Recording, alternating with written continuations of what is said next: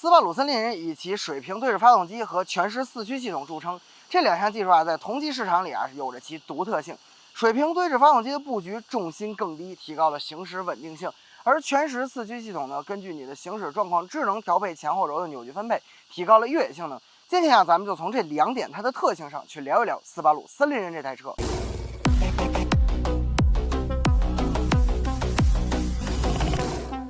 相信大家对斯巴鲁森林人这台车都不陌生，它已经推出很多年了，而且也历经多次的换代。这台车备受消费者的喜爱，而忠于斯巴鲁的用户呢，更是将森林人比喻为他们的神车。其实这一次呢，着重来跟大家聊一聊，我觉得斯巴鲁这2年呢，在技术上的更迭呢，也是非常棒的。它深耕多年，全新的2.5升的水平对置发动机在如今这个时代绝对算得上是凤毛麟角了。其实呢，这套动力总成呢，成熟稳定，钢链式的 CVT 变速箱呢，在不同的路面环境下带来更加可靠和耐用的表现。这一次的动力呢，经过这个技术的更迭之后呢，2.5升的水平对置发动机动力要更强，响应更快，但是呢，带来了非常棒的油耗表现，才是这一次它最大的改变之一。这套动力总成呢，很多人听上去可能不如现在新时代的很多车了，混动也好还是很多新能源车也好，它的加速都非常的快。这套动力总成，我更多的觉得它就是非常的可靠，同时呢，也带来了很好的这种自然吸气发动机很线性加速的这种表现。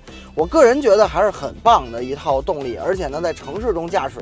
整个的动力供给、变速箱的衔接、平顺性呢，都可以做到游刃有余。非常的得心应手，这台车开起来呢也是很灵巧的这种表现，丝毫不像一个这种 SUV 的那种油腻和笨重的感觉，反而很轻巧。无论是转向的这种灵巧的指向性也好，还是在路面上对于各种路况的过滤颠簸也好，这台车基本上有一种人手脚的感觉，可以做到很棒的得心应手的驾驭感，是森林人一贯以来的一个传统和特质。就很多人都说开斯巴鲁的车在这种烂路上、轻越野的路面上行走，就有点像开拉力赛车，其实就是得益于这样的体感反馈。另外一点要跟大家强调的一点呢，就是其实全系的斯巴鲁最引以为傲的就是他们的全时四驱系统。在过去的翼豹上呢，大家管它叫 TCCD， 而现在呢，无论是这个续豹还是森林人也好呢，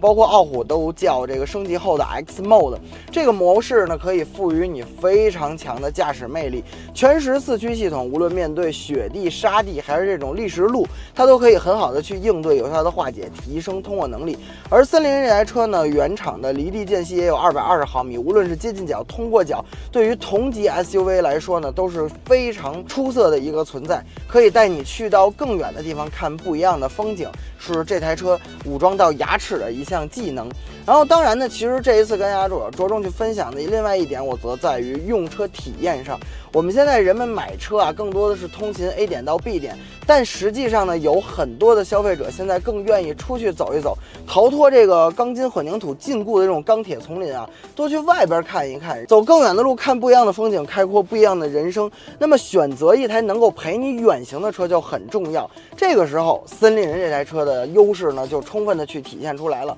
甭管是设计也好，配置也好，它基本上都能够去满足你。其实现在很多的朋友都在说买一台车可能要讲究智能化去考虑各种的路况、复杂的这个驾驶辅助其实斯巴鲁全新一代的 iSIT 的系统非常之完善。这台车通过视觉的方案呢，去帮你规避掉路上95%以上的不必要的安全驾驶风险，像这个前侧、后侧的预警、两侧盲区的监测、车道保持等等等等，在斯巴鲁很多的车型上都是非常完备的存在。而当你体验过之后，你会发现这套系统尤为的好用，在日常不会对你做出过多的干扰，而在关键时刻它的出现可以尽可能的帮你回避掉很多的风险，这就是这套系统的强大之处。所以你说它落伍吗？斯巴鲁不得不说和现在的智能化汽车比，它确实会有一定的差距，在体验上也好，还是在视觉观感上也好。但当你真正拥有过这台车之后，你会突然间的发现，很多的东西都存在，而以更实用的方式去陪伴着你，包括你肉眼可见的这些传统的物理按键，还有你肉眼见不到的这些安全驾驶辅助系统的陪伴，让这台车能够成为一个真正的远行的可靠的伙伴，而不是只保证你在城市内舒适通勤这么简单单一功能的一个车。所以如果你喜欢这台车，我个人建议你还是去试一试。斯巴鲁森林人作为紧凑 SUV 市场的经典车型，虽然在国内的市场面临诸多的挑战和关注，但实际上它其实通过自己的产品质量、优秀的技术口碑以及品牌效应呢，奠定了非常强的市场基础，也有着很多消费者的追随。如果你是一个热爱生活、喜欢探寻野外的消费者，我想斯巴鲁森林人这款车型就非常的适合您。